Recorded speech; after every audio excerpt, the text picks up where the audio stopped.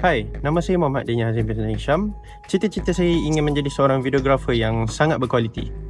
Hari ini saya ingin menceritakan satu filem iaitu Companion 2025. Intro dan logline untuk cerita ini ialah Iris, seorang wanita yang menyangka dia sedang bercuti dengan teman lelakinya Josh. Tapi sebenarnya banyak rahsia besar yang menanti.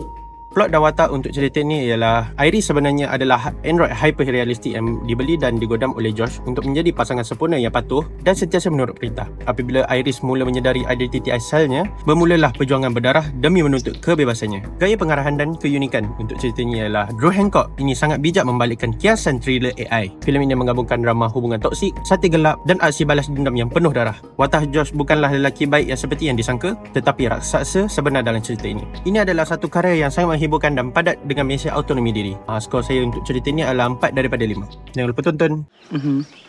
Eli, Iris. Shh, baby, you're on the phone.